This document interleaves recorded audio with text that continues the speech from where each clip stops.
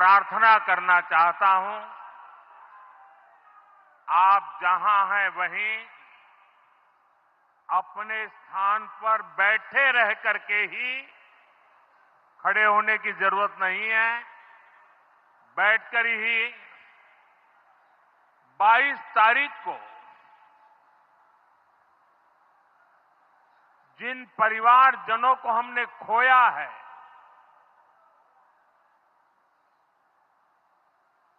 उनको श्रद्धांजलि देने के लिए कुछ पल हम अपने स्थान पर बैठ करके ही, मौन रख करके, अपने अपने आराध्य देव का स्मरण करते हुए उन सबको श्रद्धांजलि देंगे। उसके बाद मैं आज अपनी बात प्रारंभ करूंगा।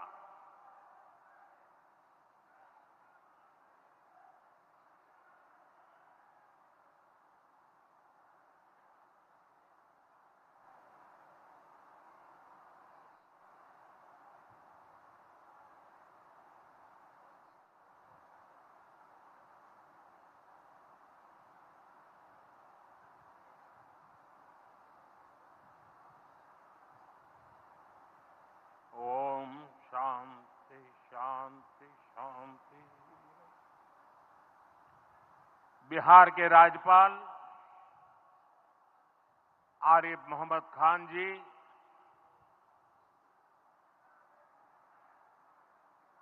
यहां के लोकप्रिय मुख्यमंत्री मेरे मित्र श्रीमान नीतीश कुमार जी, मंच पर उपस्थित अन्य सभी वरिष्ठ महानुभाव और बिहार के मेरे प्यारे भाई और बहनों, आज पंचायती राज दिवस के मौके पर पूरा देश मिथिला से जुड़ा है, बिहार से जुड़ा है।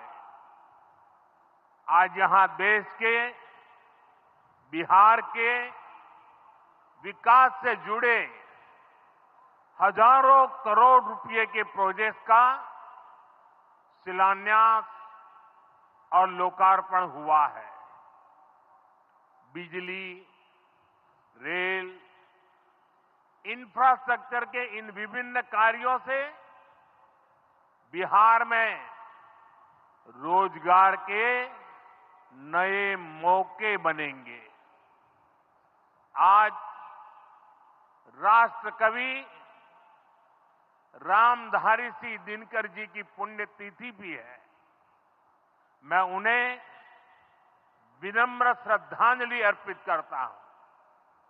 साथियों, बिहार वो धरती है जहां से पूज्य बापू ने सत्याग्रह के मंत्र का विस्तार किया था। पूज्य बापू का दृढ़ विश्वास था कि जब तक भारत के गांव मजबूत नहीं होंगे, तब तक भारत का तेज विकास नहीं हो पाएगा। देश में पंचायती राज की परिकल्पना के पीछे यही भावना है। बीते दशक में पंचायतों को सशक्त करने के लिए एक के बाद एक कदम उठाए गए। टेक्नोलॉजी के माध्यम से भी पंचायतों को मजबूत किया गया। बीते दशक में 2 लाख से ज्यादा ग्राम पंचायतों को इंटरनेट से जोड़ा गया है। 5.5 लाख से ज्यादा कॉमन सर्विस सेंटर्स गांवों में बने हैं। पंचायतों के डिजिटल होने से एक और फायदा हुआ है। जीवन मृत्यु प्रमाण पत्र, भूमि धारण प्रमाण पत्र, ऐसे कई दस्तावेज आसानी से प्राप्त कर सकते हैं। आजादी के अनेक दशकों बाद जहां देश को संसद की नई इमारत मिली, वहीं देश में 30,000 नए पंचायत भवन भी बनाए गए। पंचायतों को पर्याप्त फंड मिले, ये भी सरकार की प्राथमिकता रही है। बीते 10 साल में 2 लाख करोड़ रुपए से ज्यादा का फंड पंचायतों को मिला है। ये सारा पैसा गांव के विकास में लगा है। साथियों, ग्राम पंचायतों की एक और बड़ी समस्या भूमि विवाद से जुड़ी रही है। कौन सी जमीन आबादी की है, कौन सी खेती की है,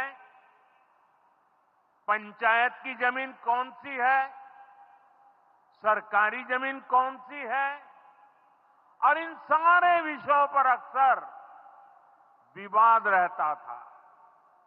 इसके समाधान के लिए जमीनों का डिजिटलीकरण किया जा रहा है। जमीनों के रिकॉर्ड का डिजिटलीकरण से अनावश्यक विवादों को सुलझाने में मदद मिली है। साथियों, हमने देखा है कि पंचायतों ने कैसे सामाजिक भागीदारी को सशक्त किया। बिहार देश का पहला राज्य था जहां महिलाओं को इनमें 50% आरक्षण की सुविधा दी गई, और इसलिए मैं नीतीश जी का अभिनंदन करता हूं। आज बहुत बड़ी संख्या में गरीब, दलित, महादलित, पिछड़े, अति पिछड़े समाज की बहन बेटियां बिहार में जनप्रतिनिधि बनकर सेवाएं दे रही है, और यही सच्चा सामाजिक न्याय है। यही सच्ची सामाजिक भागीदारी है। लोकतंत्र ज्यादा से ज्यादा भागीदारी से ही समृद्ध होता है, सशक्त होता है। इसी सोच के साथ लोकसभा और विधानसभा में महिलाओं के लिए 33% आरक्षण का कानून भी बनाया गया है। इसका लाभ देश के हर राज्य की महिलाओं को होगा। हमारी बहन बेटियों को ज्यादा प्रतिनिधित्व मिलेगा। साथियों, देश में महिलाओं की आय बढ़ाने के लिए रोजगार, स्वरोजगार के नए अवसर बनाने के लिए सरकार मिशन मोड में काम कर रही है।